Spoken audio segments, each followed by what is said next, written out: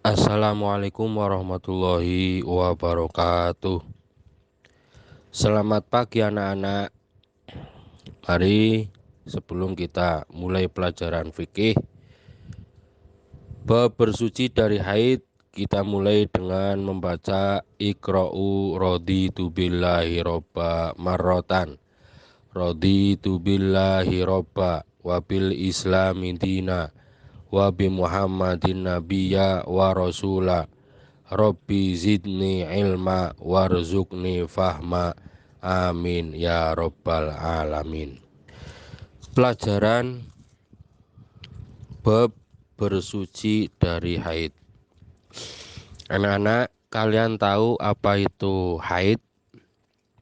Nah, haid itu pengertiannya secara bahasa adalah haid artinya aliran atau sesuatu yang mengalir, itu secara bahasa. Kalau secara istilah syara, haid adalah darah yang keluar dari rahim seorang wanita pada waktu-waktu tertentu yang bukan karena disebabkan oleh sesuatu penyakit atau karena melahirkan. Jadi darah haid itu keluar dari rahim seorang wanita, waktunya itu tertentu, bukan waktu-waktu yang umum, itu bukan, tapi waktu-waktu yang tertentu, dan keluarnya itu karena disebabkan oleh sesuatu, nah, oleh sesuatu penyakit atau karena melahirkan, itu bukan.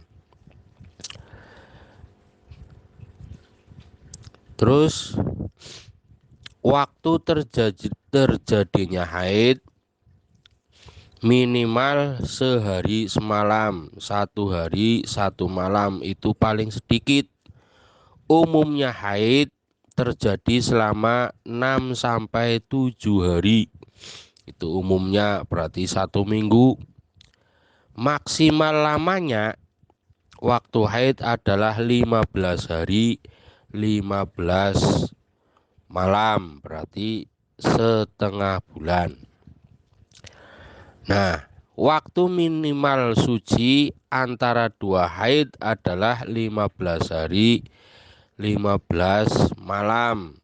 Waktu antara haid satu dengan haid yang di depannya.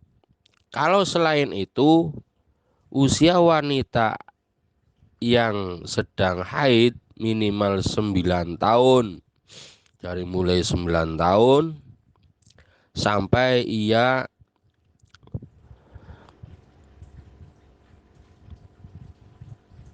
berusia sekitar 50 tahun. Itu usia wanita sedang hadas haid. Lah, jika darah tersebut tidak bisa disebut sebagai darah haid, maka darah tersebut dinamakan darah apa? Nah, di sini dijelaskan darah yang keluarnya kurang dari masa minimal haid atau lebih dari masa maksimal haid disebut sebagai darah istihadhah. Kalian tahu darah istihadhah itu apa? Nah, darah istihadhah itu adalah darah kotor.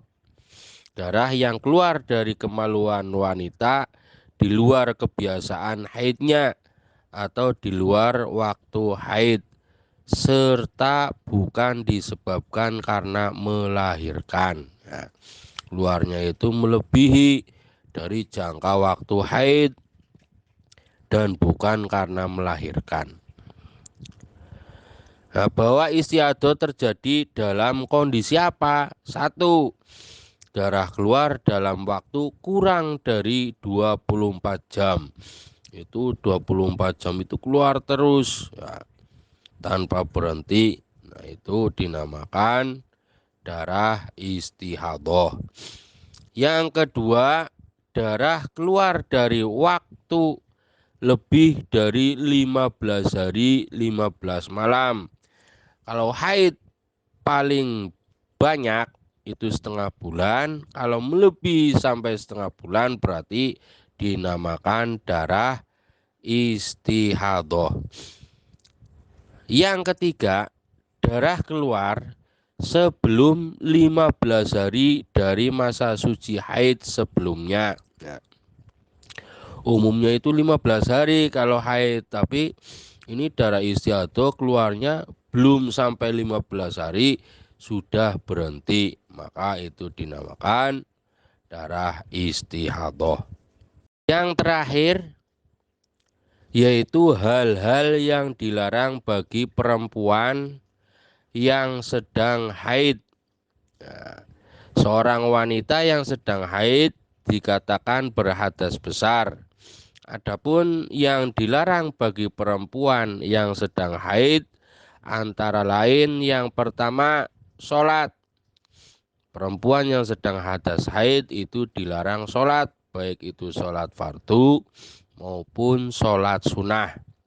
Yang kedua, dilarang puasa. Meskipun wanita yang sedang haid dilarang puasa, namun ia diwajibkan untuk mengqadha puasa, yaitu puasa wajib yang ia tinggalkan pada hari lain. Hutangnya 5 hari, maka dibayar 5 hari. Yang ketiga, wanita haid tidak boleh tawaf mengelilingi Ka'bah.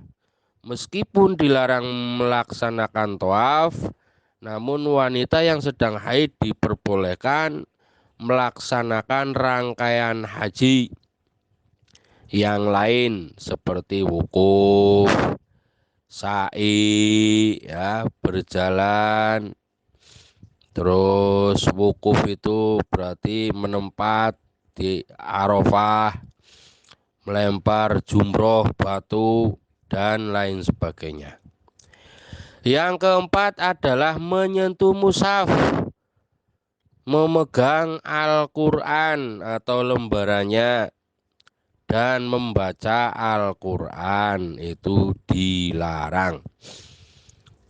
Membaca tidak boleh, apalagi menyentuhnya atau membawa Al-Quran. Yang terakhir yaitu iktikaf, berdiam diri di masjid. Nah, wanita yang sedang berhadas haid itu tidak boleh iktikaf, berdiam diri di dalam masjid atau musola atau langgar atau tajuk, ya, itu tidak boleh. Berdiam diri tidak boleh, melewati juga tidak boleh. Kesimpulannya, nah, bagi perempuan yang sedang hadas haid dilarang sholat, baik itu sholat fardu maupun sholat sunnah, puasa wajib, puasa sunnah, terus tawaf mengelilingi Ka'bah, menyentuh dan membaca mushaf, serta iktikaf di masjid atau musola. Kiranya cukup sekian, kita tutup pelajaran ini dengan membaca hamdalah. Alhamdulillahirabbil alamin.